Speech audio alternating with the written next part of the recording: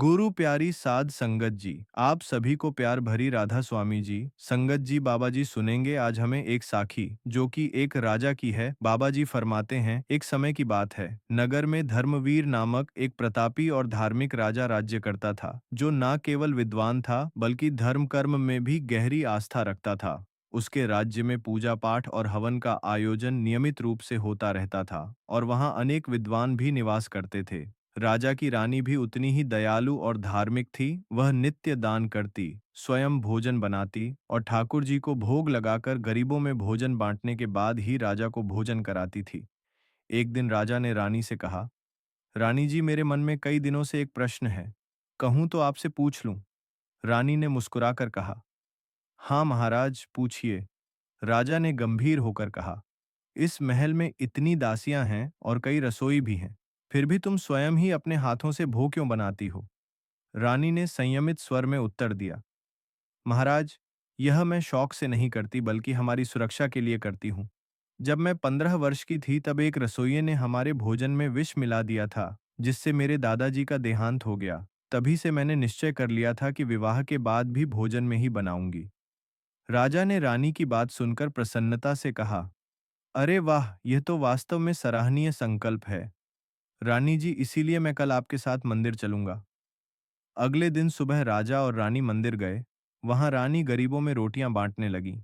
बांटते बांटते रानी के हाथ में 2 रोटियां शेष बची। तभी एक स्त्री ने हाथ जोड़कर विनती की, रानी जी, क्या मुझे भी एक रोटी मिल सकती है? मैं सुबह से भूखी हूं। रानी ने मुस्कुराते हुए कहा, हाँ, हाँ, यह लो। परंतु वह स्त्री जैसे ही रोटी थामती है, एक बगुला अचानक आकर उसके हाथ से रोटी छीन लेता है। रानी शांत भाव से बोली, चलो, कोई बात नहीं, यह आखिरी रोटी भी तुम ही ले लो।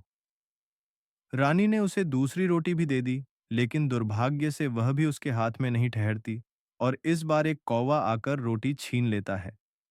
राजा और रानी यह देखकर एक दूसरे का चेहरा आश्चर्य से देखते हैं। रानी ने फिर अपने हाथों की सोने की चूड़ी उतारकर स्त्री को देने का प्रस्ताव रखा, परंतु स्त्री ने सिर झुकाते हुए कहा, महारानी, मुझे आपका सुहाग का सामान नहीं चाहिए। मैं अपना दुर्भाग्य आपको नहीं दे सकती। मेरे भाग्य में केवल एक ही रोटी है। मैं दिन भर मांगती हूँ, परंतु किसी अजीब तरीके से सारी रोटियां गायब हो जाती हैं। केवल एक ही रोटी बचती है, जिससे मैं अपना गुजारा करती हूँ। यह सुनकर राजा और रानी दोनों सोच में पड़ गए।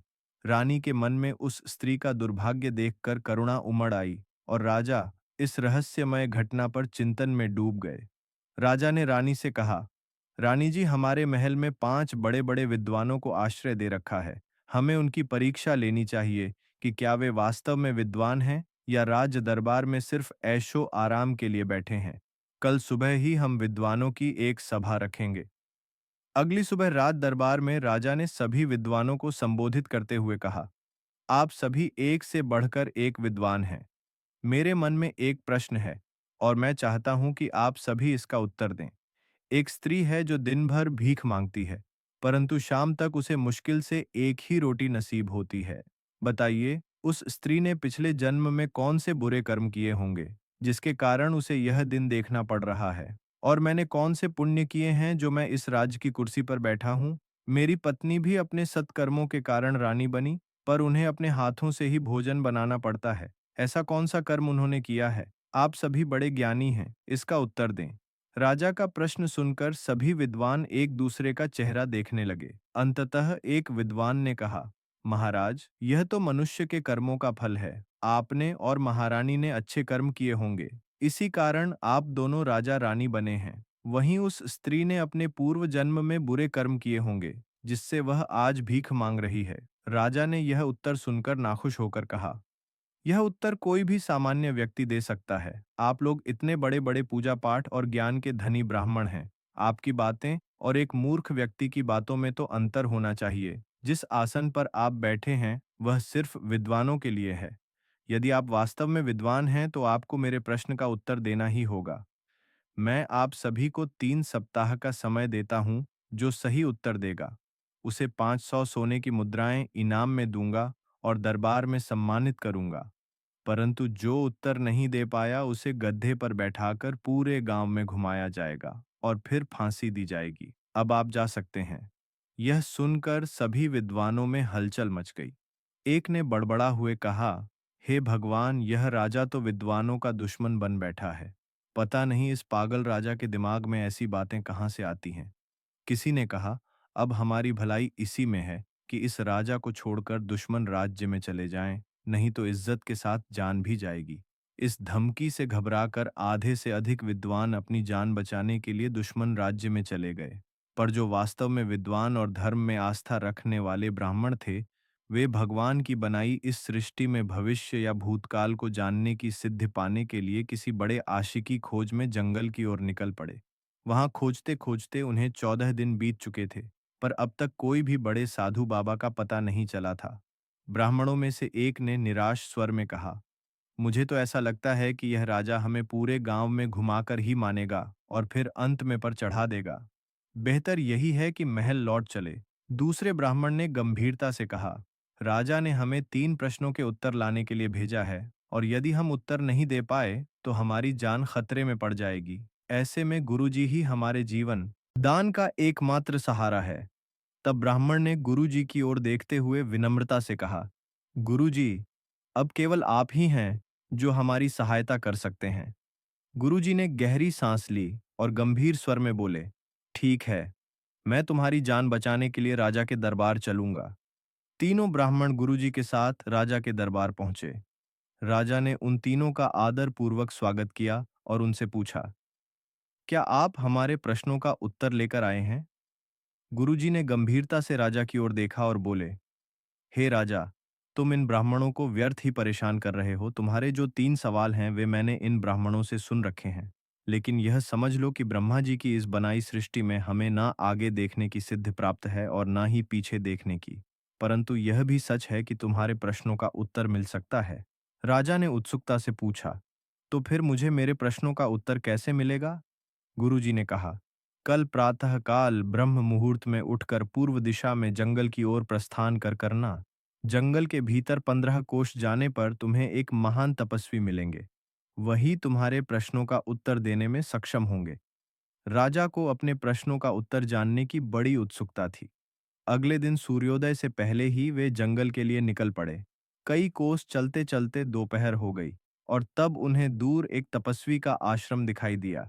जैसे ही राजा उस आश्रम के समीप पहुंचे, तपस्वी ने मुस्कुराकर उनका स्वागत किया और कहा, आओ राजन, आओ मेरे पास बैठो।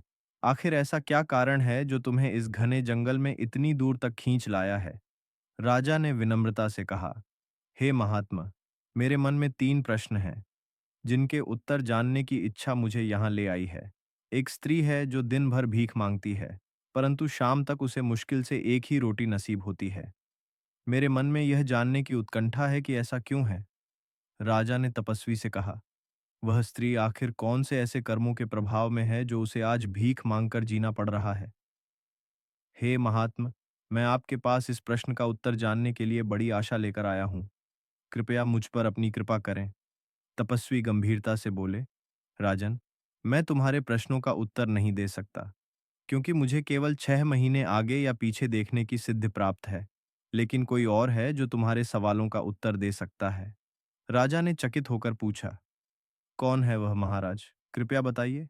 तपस्वी ने कहा, राजन, तुम्हारे प्रश्नों का उत्तर एक सेठ का पुत्र दे सकता है, लेकिन तुम्हें शीघ्र ही वहां जाना होगा, क्योंकि उसकी मृत्यु बस एक दिन में होने वाली है। उत्तर दिशा की ओर 10 कोस दूर एक गांव मिलेगा। वहां तुम्हें 5 साल का एक लड़का मिलेगा। उसके पास जाकर कहना, बड़े भैया, मेरे 3 प्रश्नों का उत्तर दीजिए और वह तुम्हारे प्रश्नों का समाधान कर देगा। संगत जी, राजा तुरंत ही उस गांव की ओर प्रस्थान करते हैं। 10 कोस का लंबा सफर तय करके वे सेठ के घर पहुंचते हैं। राजा ने सेठ से कहा, मैं राजा धर्मवीर हूँ और दूर से यहाँ आया हूँ। मुझे आपके पुत्र से कुछ अकेले में बात करनी है। सेठ ने दुखी स्वर में कहा, महाराज, हमारे बेटे की तबीयत काफी समय से खराब है, किंतु हम आपकी बात को टाल भी नहीं सकते। कृपया अंदर आइए। राजा अंदर जाकर बालक के पास बैठते हैं और विनम्रता से कहते हैं, बड़े भैया, मैं दूर से आपके पास अपने 3 प्रश्नों का उत्तर जानने आया हूँ। कृपया मुझे अपने सवालों के जवाब दीजिए। बालक ने शांत स्वर में कहा, ठीक है राजन, मुझे अपने प्रश्न बताओ, लेकिन जल्दी करो, मेरे पास समय कम है। राजा ने कहा, पहला प्रश्न यह है कि एक स्त्री दिन भर भीख मांगती है, परंतु शाम तक उसे बड़ी मुश्किल से एक ही रोटी मिलती है। उसने पिछले जन्म में कौन से ऐसे बुरे कर्म किए होंगे जिसके कारण उसे यह दिन देखना पड़ रहा है? दूसरा प्रश्न यह है कि मैंने कौन से पुण्य किए होंगे जिसके कारण इस जन्म में मैं राजा बना हूँ। और तीसरा प्रश्न यह है कि मेरी रानी अपने सत्कर्म से रानी तो बन गई, किंतु उसे आज भी रसों के कामों से मुक्ति नहीं मिली है। हमें इन प्रश्नों का उत्तर चाहिए। बालक मुस्कुराते हुए बोला, ठीक है राजन, ध्यानपूर्वक सुनो। हम पिछले जन्म में 3 भाई थे, जिनमें से तुम सबसे छोटे थे। हम एक वृद्ध मुनि के आश्रम में रहते थे और उनकी सेवा करते हुए उनसे शिक्षा ग्रहण करते थे। हमारे गुरुवर जिस दिशा में जाने का आदेश देते, हमें उसी दिशा में जाकर भिक्षा मांगनी पड़ती थी। मुनिवर ने अपने शिष्य से कहा, मेरे प्यारे शिष्यों, आज तुम्हें उत्तर दिशा की ओर जाकर भिक्षा मांगनी होगी। उत्तर दिशा में एक गांव था, जहां एक गरीब स्त्री रहती थी। वह स्त्री तीनों भाइयों के लिए प्रेम पूर्वक भोजन बनाती और उन्हें खिलाती थी। उनके भोजन के बाद भी वह शिष्यों के लिए अलग से भोजन बांध कर देती थी। उस स्त्री के मन में छोटे भाई के प्रति विशेष स्नेह था और उसका दिया भोजन वह छोटा भाई खुद न खाकर अपने गुरुवर को अर्पित कर देता था। छोटे ने भोजन लाकर गुरुवर से कहा, लीजिए गुरुवर, हम आपके लिए भोजन लाए हैं। गुरुवर ने आशीर्वाद देते हुए कहा, खुश रहो बेटा, इसे उधर रख दो। फिर उन्होंने आदेश दिया, आज तुम्हें दक्षिण दिशा में भिक्षा मांगने जाना होगा। शिष्य चिंतित हो उठे, अरे गुरुवर ने दक्षिण दिशा में भेज दिया, लेकिन उन्हें तो पता है कि वहां दुर्जन का गांव, वहां कोई हमें भिक्षा नहीं देता, बल्कि हमें डांट कर भगा देते हैं। फिर भी उन्होंने आदेश का पालन करने का निश्चय किया। दक्षिण दिशा में गांव के एक एक घर पर जाकर शिष्य विनम्रता से भिक्षा मांगते, पर सभी घरों से उन्हें खाली हाथ लौटा दिया गया। निराश होकर सबसे छोटे भाई ने कहा, भैया, एक भी घर से भिक्षा नहीं मिली, हम गुरुवर को क्या खिलाएंगे? दूसरे भाई ने सांत्वना देते हुए कहा, छोटे उदास मत हो, देखो वहां एक घर दिख रहा है, हो सकता है वहां से कुछ मिल जाए। यह घर एक वेश्या का था, लेकिन छोटे ने कहा, काका, हमें नहीं पता वह कौन है, हमें तो बस अपना कर्म करना है। उन्होंने दरवाजे पर जाकर आवाज लगाई, देवी कृपया बाहर आइए। महिला बाहर आई और उसने पूछा, कहिए मुनिवर, क्या चाहिए आपको? उन्होंने उत्तर दिया, हमारे लिए कुछ खाने का प्रबंध कर दीजिए। महिला ने पहले तो मना कर दिया, लेकिन शिष्यों की विनती सुनकर भीतर जाकर 3 रोटियां उलाई। लेकिन रोटियों को देने से पहले उसने 2 रोटियां खुद खा लीं और तीसरी रोटी को झूठा करके 3 टुकड़े किए, जिन्हें उसने शिष्यों की झोली में डाल दिया। 2 बड़े भाई उन रोटियों के टुकड़ों को वहीं फेंक आए, लेकिन सबसे छोटे भाई ने वह टुकड़ा उठाकर आश्रम में जाकर गुरुवर को अर्पित कर दिया। अगले दिन मुनिवर ने अपने शिष्यों से कहा, आज तुम्हें पूर्व दिशा की ओर जाकर भिक्षा मांगनी है। पूर्व दिशा में विद्वानों का गांव था, जहां के लोग अपने घर पर साधुओं को देखकर दरवाजे बंद कर लेते थे।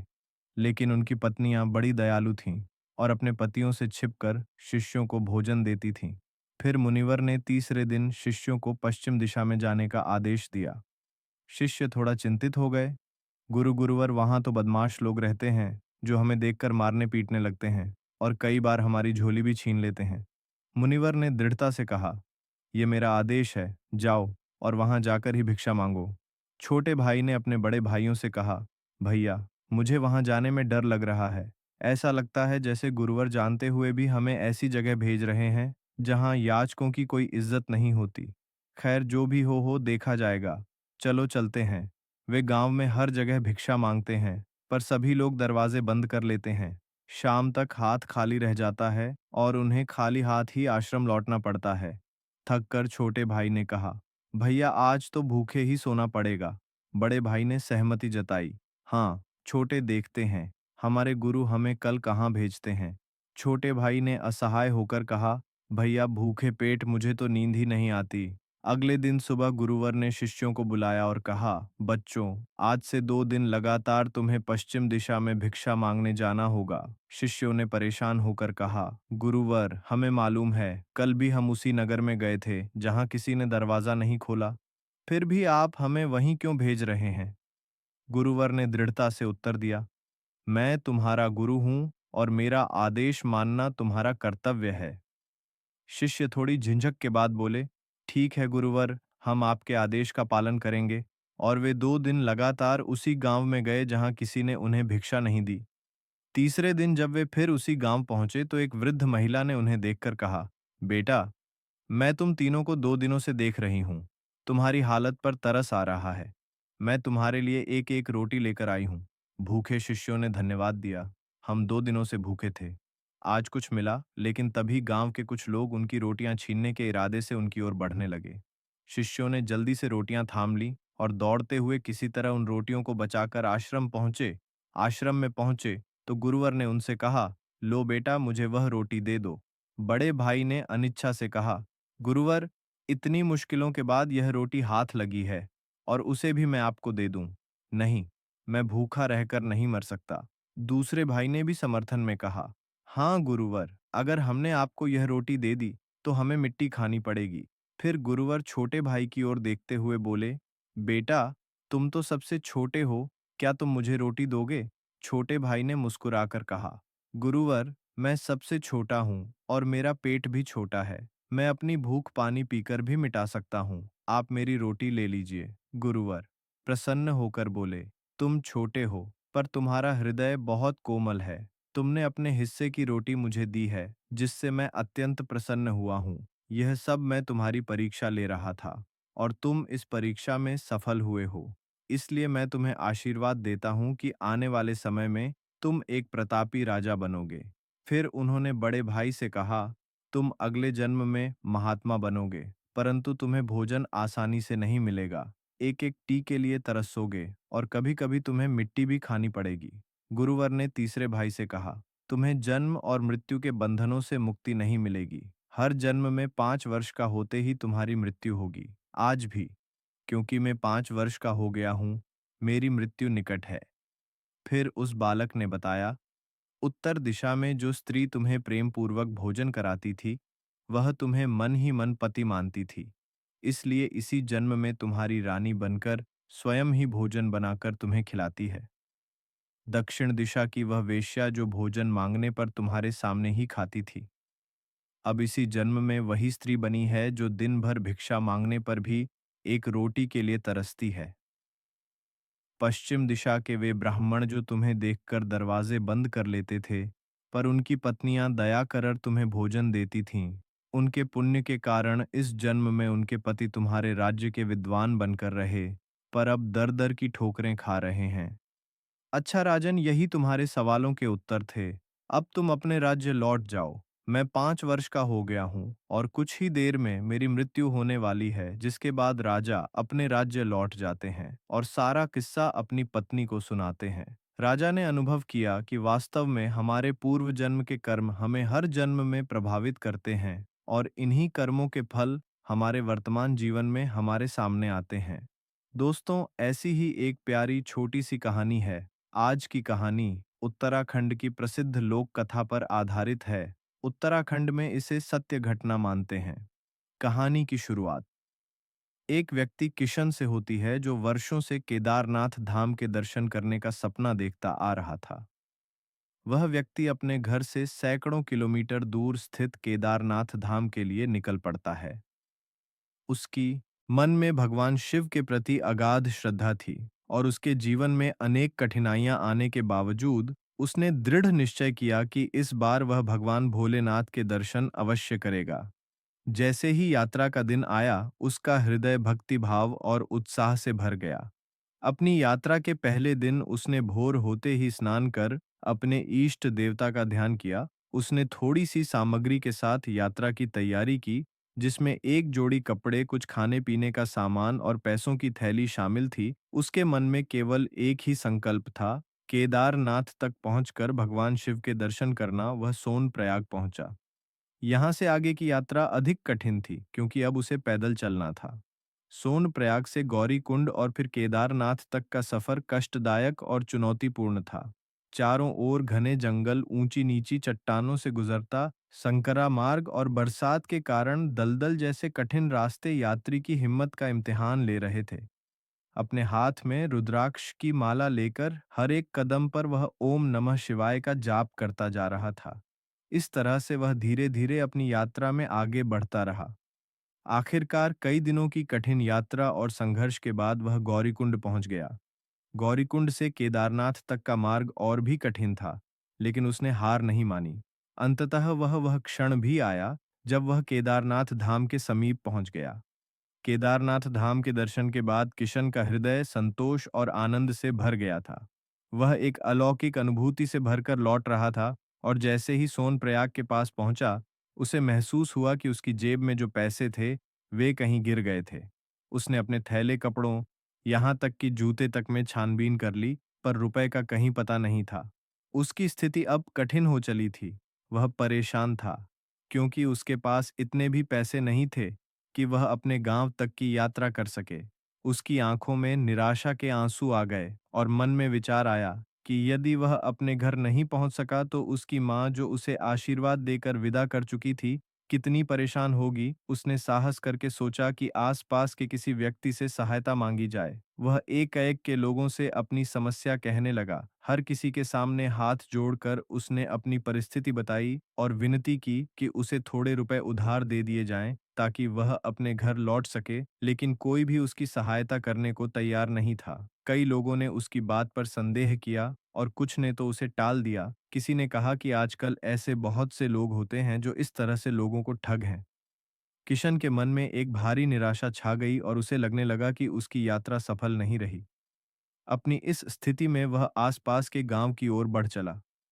तभी उसकी नज़र एक साधारण से घर पर पड़ी, जहां एक व्यक्ति बाहर बैठा हुआ था। उसका नाम शिवम था। शिवम के चेहरे पर सादगी और आत्मीयता झलक रही थी और किशन को महसूस हुआ कि शायद यह व्यक्ति उसकी परेशानी समझेगा। किशन ने उसके पास जाकर उसे अपनी स्थिति बताई। शिवम उसकी बातों को ध्यान से सुनता रहा।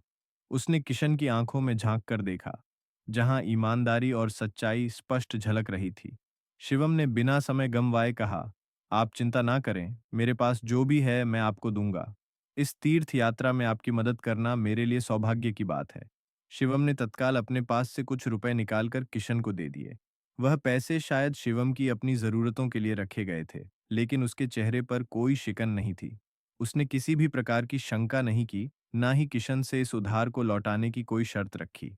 किशन ने उन रुपयों को हाथ में लेते हुए शिवम को धन्यवाद दिया और कहा, मुझे आपके इस एहसान का बदला चुकाने का अवसर अवश्य दीजिएगा। मैं जल्दी ही लौटकर आपका यह कर्ज चुकाऊंगा।